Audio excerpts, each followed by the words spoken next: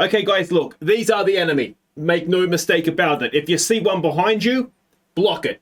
If you see one in front of you, barge your way past. I don't care what it takes. And if you see one in the pit lane, I don't know, guys, just kick it or something. Hello? Oh, hi, Toto. Hey, mate. No problem.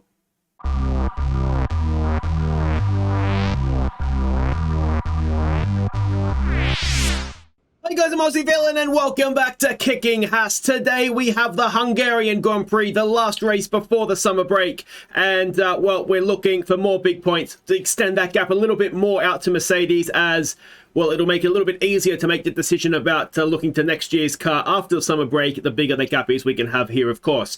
Now, only 4 days since the last race, so not too much has changed. But let's go and have a quick look at the inbox, because one or two things has happened. Now, we have finished the refurbishment of the helipad, which is neither here nor there, but that has happened. But the other thing that has happened, if we just quickly scroll down here, is the car part test center upgrade has been complete. So that's going to help with the engine and brake cooling, which I think if there is a weak part of the car, it's definitely that. So that's obviously good news. That can only help us moving forward. Now, if we go and have a look at the drivers as well, we did see that Sargeant had a development point. Now we'll put that into cornering, getting him trying to be a little bit quicker, especially around Hungaroring. That can only be a good thing for him. And the other driver, nothing for K-Mag, but our young Jack Crawford also has a development point which we'll put into braking for him. So that is that. Nothing to report on the staff front. And like I say, it's only been 4 days since the French Grand Prix. Let's go and have a look at the track here. We are expecting a wet race. That's just what I needed early on a Thursday morning, isn't it?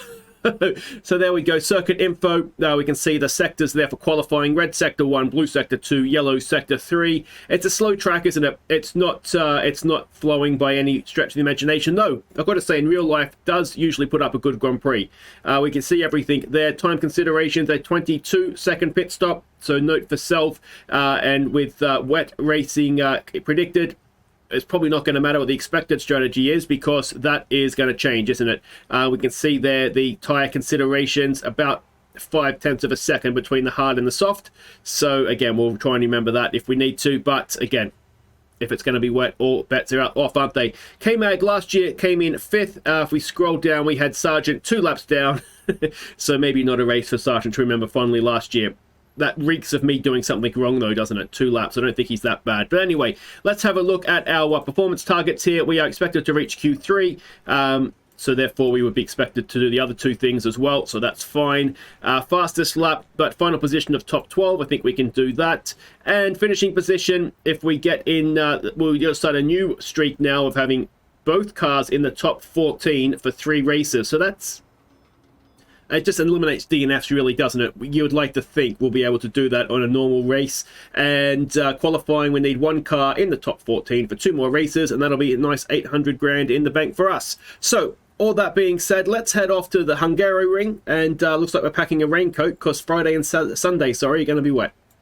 So here we go, confirmation of a moderate rain on Sunday, which is going to be possibly in between wet and intermediate. And I hate those races because I can only screw them up. Anyway, I'm going to do some free practice. I'll see you for qualifying and hopefully 2 nice top 10 starts. Okay, so free practice is done. Let's have a look at how we went. Now, again, I was using old engine gearbox parts to try and save them as much as possible. So that's going to explain some of our lack of pace. In practice 1, we were 15th and 17th with Jack Crawford, which is fine. FP2 was interrupted by rain. K-Mag 12th and Sargeant in 14th, which again is absolutely fine on the medium tyre as well. FP3.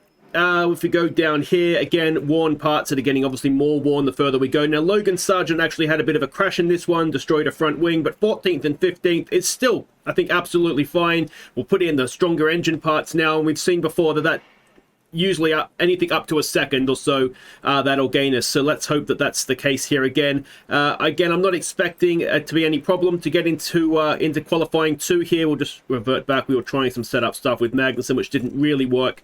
So yeah, we'll put in the good parts again. Q1 shouldn't be a problem. I will hopefully see you momentarily to confirm that. So indeed, not a problem at all. Sargeant actually quicker than K-Mag, 7th and 10th. I think K-Mag may have been held up just momentarily on his lap. We just did the 1 run, as you can see, by the 3 laps completed. I was sort of daydreaming, to be honest, and missed what happened to K-Mag, but I think he might have been held up. But let's go to Q2. Alright, as we come back, as an eyelash just falls into my eye, which is really annoying. Now, you'll see here, we've each done a lap on used tyres. Sargeant is currently on the outside looking in. Magnussen is just inside the top 10. Now, Magnussen may have been held up a little bit by, it was Perez and somebody else. Sargeant almost certainly was held up by Perez. So he should have more to give, just on the, not just the fact that he is on new tyres, but a clear lap as well. Now, I did mess up a little bit. Sargeant is, or not, there's 3 or 4 cars behind him. K-Mag is at the back though. So I've not done Sargeant any favours here. He has done a green first sector, as has K-Mag. Sargeant drops down another place, and both cars are now currently outside the top 10. This would be disappointing, and Sargeant... Well, Sargeant will be taking some engine penalties, I think, because that is a destroyed Haas. Now, what can K-Mag do? Unfortunately, that yellow flag is probably going to ruin his lap as well. Is he going to have to lift? Is he going to have to lift? I didn't look like he did too much there. And, well, let's see if K-Mag can salvage something out of this session for us. Sargeant's going to be 15th, and like I say, we will almost certainly take penalties. Magnussen... Jesus, 13th. So the Sargeant crash almost certainly leads to double elimination. When was the last time that happened for us? And of course that ruins our qualifying money as well, doesn't it? We did get 1 car in the top 14, but I think we needed 2. Vettel's going to take penalties. Sargeant is as well, and I'm thinking 13th, maybe we do with K-Mag. It's a wet race. It's going to come down to strategy for the most part anyway. Oh, what do we do here? So the race is starting under clear skies. So the rain is expected towards the end. So if we go on a soft, it's maybe a little bit ambitious. All right, I'm going to need to think of this. Okay, so the first thing we need to have a look at here is what do we do in terms of penalties. Now, is 2 gearboxes going to be enough to get us to the end of the season? Possibly. ERS, we have enough, I think, on Sargeant's car. And engines is going to be the other one. And engines, we're going to need another engine to get to the end of the year, I think. I don't see us competitively getting there with that. So if we take a new engine, it's going to be a grid penalty. Now, if we've already taken that as a penalty, which is going to more or less, starting 15th, put us to the back anyway, isn't it? So we don't really, therefore, lose much by just taking everything and just... it guarantees we start from the back, obviously, but it should mean that we are then just 100%. I can't take a gearbox penalty because we haven't used that one yet. But it should mean we're more or less going to get to the end there. We can't do much about the gearbox, but that should get us there to the end. If we look at, K-Mag's car, I mean, again, he's probably going to need an engine penalty. He's probably going to need ERS. I just wonder on a wet race if maybe we take the gamble. It's not the easiest track to overtake that, which is the issue perhaps here. Let's not ruin both cars. Let's keep K-Mag, and we will take penalties with him later on in the season where it might be a little bit easier to overtake. So that's that done. Let's have a look at strategy now. So according to our weather station, it's going to get to about lap 19. It's going to rain. So no, sorry, it's going to get to lap 24, rain. And then it's going to stay wet the rest of the race. Now, of course, we don't know how wet that is, which is one thing that does bug me. There's no sort of predicted exact scale that is the same everywhere. So I think let's assume that that's going to be an intermediate tyre to the end. Even if it does dip into wets, it's going to be back to intermediates at some point, isn't it? So let's look at this. So say we do that, and then we go on to an intermediate tyre, which would just about get us to the end. Actually, no, it's not going to get us to the end because we're going to have to come in when it starts raining, aren't we? Which is going to be about here somewhere. So we're in all likelihood going to need to make another stop. So if it does get to wet tyres somewhere before lap 45, then perhaps we come in, put on a wet tyre, and then go again. So we're going to need another stint here. We're going to say it's an intermediate, and it's going to be sort of anywhere from sort of there where the rain changes, let's say, and then we can always put on a wet tyre and see what happens there, which means it's going to be something similar for K-Mag, isn't it? Maybe we could get away with a soft tyre start with him. Let's have a look here. I just feel like a soft tyre start is just a little bit too aggressive for my liking, I think. And then again, here somewhere is where we expect the track to sort of dry out again a little bit. That could get wet for a short period. So yeah, Could he couldn't get there in one stop, could he? No, it's the same situation. All right, that's what we'll do. Let's well, let's see what we can do with this disastrous qualifying. Okay, welcome back. We're getting, yeah, Sargeant is all the way at the back. We did kind of expect that though, didn't we? A lot of soft tyres there. Now, soft tyres, I think, are going to be very, very marginal to get to the rain, so that might help us. K-Mag on it. Let's have a quick look at everybody's tyres they are on. It's about 50-50, isn't it? What you're doing? It's about 50-50 split. Now we've got both drivers pushing on the tyres as well as using the ERS, just, you know, as we always do, get a bit of an energy dump to just try and see, you know, how many positions we can make up, and we have positions to make up. Look, if there is a little bit of a benefit, it's that Russell didn't have a good qualifying session either, though Hamilton is in 6th. I think if we can get out of this race not losing too many points to Mercedes, then that's going to be just a massive bonus for us, isn't it? Sargeant has gone back down to 20th. We just need to try and keep our nose as clean as possible here. And oh, there's a sneaky little one from K-Mag. Nicely done. Can he make it stick, though? He's going to have the outside here, but then the inside for the next one if he can keep the nose in. Can he keep the nose in? He can. Show him some curb. And that should be moved down. This corner's too wide. And then we'll have the inside for this, and that will be position done for K-Mag. Excellent, excellent stuff. Can we get another one now? It's Bottas in front. Not quite. But we'll go to double speed here. We've got Sargeant up to 18th as well. Now, it's really, the Williams and the Aston Martins are essentially fodder in this season's in game. So he should be able to pick them off relatively comfortably, I would have thought and hoped. And then he can sort of go from there, hopefully, without having lost too much time. Let's have a quick look at how he's going here. One more. He's got 2 more Aston Martins. We've got a yellow flag in Sector 1.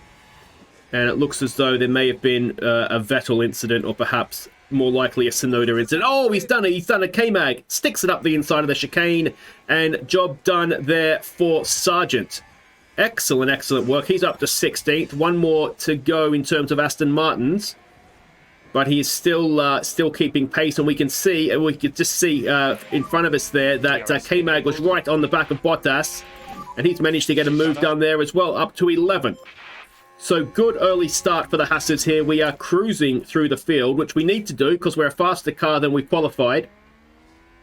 So let's hope that this will continue now as we essentially wait for the rain. Okay, so we are essentially stuck in a DRS train here. Magnussen 11th, Sargeant's got himself up to 14th and is now behind George Russell. So it's Hamilton at the front of the train, more or less, though he is pulling away a little bit now. We're just waiting for these soft tyre runners to see how far they can go. I'm not completely convinced they're going to get to the rain, if I'm honest. So that's going to be, well, a massive blunder for a few cars here. Unfortunately for us, only one of the Mercedes, and that's George Russell, who, you know, we're already sort of racing with anyway. But, yeah, we'll see how we go. It looks like Alonso is now the front of the new train. We need to maybe get some moves done here as Magnussen goes up to 10th past Norris at the end of the front straight. Okay, so some soft tyre runners have come in, Leclerc and Perez. So that has moved us up a little bit, although we are now sort of battling away with Russell, with Magnussen, and also Norris is there with Sargeant as well. So they're all going a little bit back and forth. Ideally, they're not going to hold each other up here, but these soft tyre runners didn't indeed make it to the rain, so that's given us free positions, which we will obviously accept very, very welcomely. Pit window entered now for Magnussen, and the rain is expected any minute now, 1 minute. So possibly the end of this lap. If it's going to be real, oh, no, there's the rain now. So we are coming in. We're going to have to double stack because by the time we get there, it's going to almost be wet conditions anyway. So we're going to go on to an intermediate. This is where I don't really know exactly what is going to happen because it doesn't really tell you what how wet it's going to be. But let's see. The AI tend to not double stack, don't they? What's K-Mag's issue here? Powertrain issue. The engine has dipped below 50. Okay, so that's fine. And there we go. Track is now wet. So we have to stop. We have to double stack because he's going to lose. It's going to be quite wet by the time he does another lap. If anything, we might have benefited from preempting it and stopping him a lap early, but that is risky. So here we go. We've got Russell in the Mercedes. Now they're not going to double stack, so he goes around for another lap. Did Verstappen stop already? He did stop. Ocon is the one who hasn't. Now let's have a look on board here with Sargeant and see how badly he's going to miss out here. So that's not horrible. That's not worked out terribly at all. I'm actually okay with that, I think. Now we are getting towards the realms of wet tyres. So if you had done another lap, maybe you might have done things a little bit differently. But now let's push on, because we've got quite a bit of tyre life, don't we? And it is now a wet track. So track, if that's wet, it's going to be wet for a little while here, isn't it? This is where it really bugs me. There's no, like, gauge, so you can get an idea of how wet they're talking about there. Now, these guys putting on wet tyres. We're the only ones on intermediates. Verstappen's come back in. That's so annoying. If they change one thing for the next game, that's what it has to be. It really, really does. It's so frustrating that you can't see how much rain is going to come. It just is demoralizing. And it just feels like you're just guessing. You're just guessing with, you know, exactly how much rain there is going to be. So, I mean, to be fair, the AI have done the same thing. So, you know, you won't go that extra lap, then perhaps it works out. We've been sort of screwed over again in the pits there. But why are they coming on intermediate tyres? Is it going to be... Was Zandvoort, wasn't it, one year where I just kept coming in and changing tyres to the one that was the wrong tyre? Anyway, we are now 15th and 18th. Okay, so the track has just dipped into intermediate tyres. So what we are going to do... damn it. I'm not expecting it to... we're not expecting it to get wet again.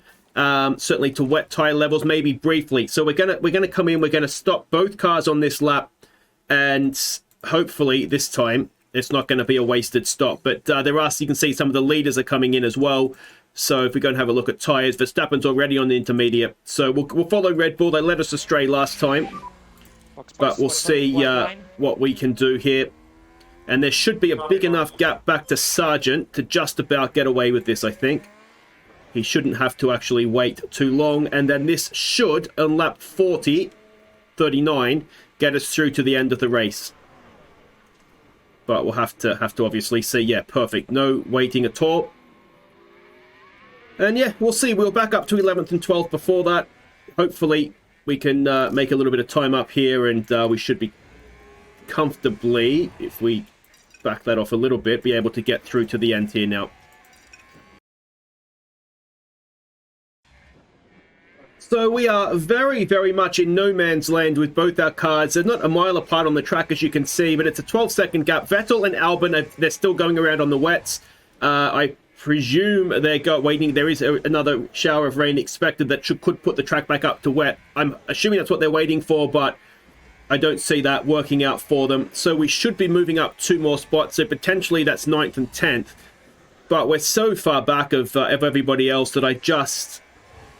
Yeah, it's just going to end up to being a bit of a nothing race. It was a nothing qualifying, and we've made that extra stop, and it's just, that is just so annoying. It's just frustrating is what it is, because there's no way that, well, if I'm missing something, please do tell me.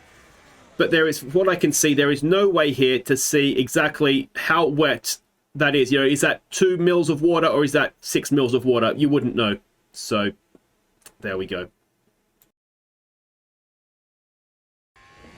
All right, so we have moved up into the points. Both cars, we're lapping decently. You know, we're as fast, if not quicker, than the cars in front. But the issue is that if we go back to the intervals here, we're 14 seconds behind Norris for 8th, and Sargent's about 4.5, 5 seconds back of Magnussen. So unless we get a safety car or something weird happens here, you can see there, look on the minimap, how far behind we are. I just don't see this changing, unfortunately.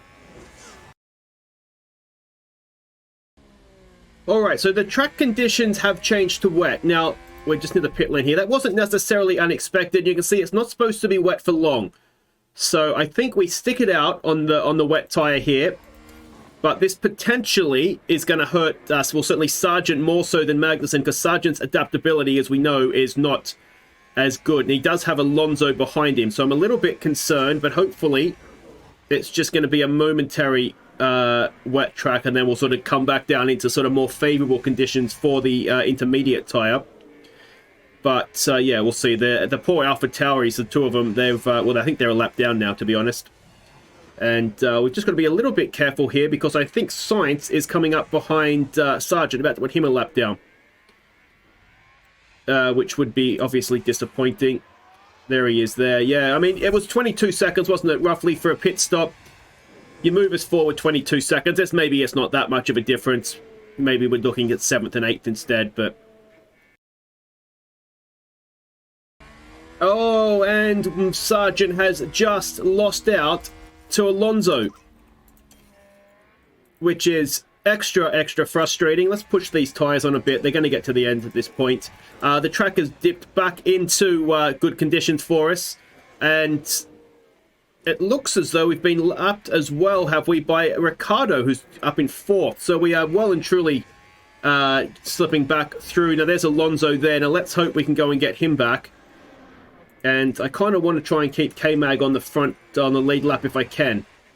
Though the gap to Norris is slowly coming down, but it's not. Yeah, I mean, it's not gonna. I can't see it being completely closed down. If we look at lap times, 31.3 to 31.7, half a second a lap is not going to close. It'll go close, but it's not going to close it down, unfortunately. But let's see if K-Mag pushes this. Logan Sargeant getting himself back into the points here. We've got a little bit of petrol, a little bit of tyres in the bag here. And he's definitely quicker. You know, when he's on the right tyre, both our cars are quick, which is what's really frustrating. But, you know, if we can rescue, I suppose, Sargeant back on the grid to a point, that's not the end of the world. Can he get that done? It looks as though he may have. And back up into the points he goes. And, I mean, well, he's not going to catch Magnussen, is he? He's just got to try and stay ahead of... stay ahead of Alonso, which he should be able to do now that he's on the right tyre for the track condition. So we have about 10 laps to go. Magnussen is really doing his best to try and range in on what's his name, Norris here. He's going well, he was going a little bit more than half a second, so about a second a lap faster. We just had to back off the petrol because, as you can see, we are below what we need to finish the race right now. It should come back. It's been we've been well and truly under as the race has gone on. But, yeah, there might be a little bit of interest here. The gap is 5 seconds or so. And we've got someone stopping here. Is that Ocon, I think, has had a bit of an incident. So suddenly... Oh, no, it was Schumacher. Never mind. But suddenly, yeah, we might be back on here. And the frustrating thing, too, in terms of Sargeant, is 25.9. He's more or less matching pace with Verstappen. So, yeah, well, we'll just keep an eye on the petrol situation here. It's slightly concerning. But as I say, we should be okay. It has been coming back to us. But it looks as though when we're not pushing with that sort of intensity on the petrol, back this way, the gap to Norris. Oh, and Magnussen, don't hit the wall. Oh, I give up. What a disastrous race this has been. There's a front wing as well. And... they'll be questioning just what happened out there. We will be questioning, won't we? Major damage to the front wing. We'll have to stop him. He'll go a lap down. We'll stick on some new intermediate tyres, but that's not going to make a difference. We are going to finish outside the points with K-Mag. We're going to finish, if we're lucky, inside the points. Is it worth sticking on a dry tyre? Not really, is it? It's not going to get dry, so... It's just been a disaster from lap 1. Before that, from qualifying. Oh no! And Sargeant has spun! Coming around to overtake Magnussen in the pits, and he's spun, and he might be out. He might as well be out. He's got a whole lap to do. He did the exact same thing in free practice as well. That's the exact same corner. That's exactly what happened. And it looks like he's got a puncture. And this has just been... oh, bring on the summer break. What a disaster. Alright, if we are grabbing, stretching for grabbing at straws. K-Mag on it, we're absolutely going just balls to the wall. He's done a 1:23.9. Now Alonso is about a second and a half slower than that. The gap up to get to Alonso is about 3-6 or so seconds to get back to the points. In fact, is this... No, this is going to be a Williams in front of us. So, with 5-6 laps to go, Bottas is locked up, which might help us a little bit, though he's further ahead of Alonso again.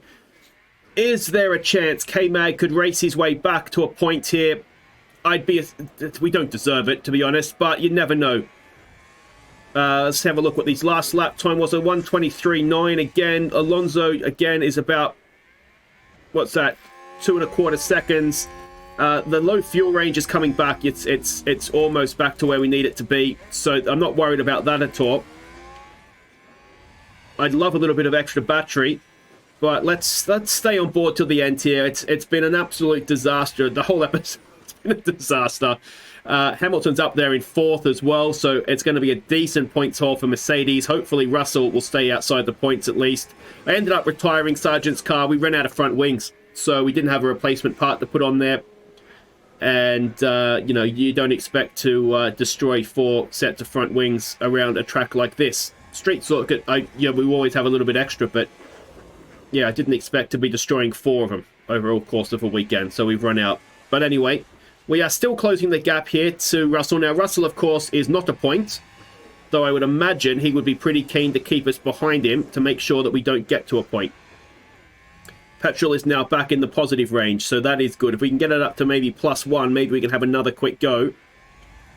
We might strategically try and use the energy... ERS is too, if someone doesn't know. I know there was a question last time. It's energy recovery system. I don't understand the full ins and outs of it because I'm not a mechanical engineer. But basically my understanding, and that's why it recharges into corners, you'll notice, is that it uses when the car brakes, it like harvests in electrical energy through the brakes. I'm not quite sure exactly how, static electricity or something. And that recharges the battery, so the ERS is actually a battery that is then deployed to give extra power. That is, and it's recharged.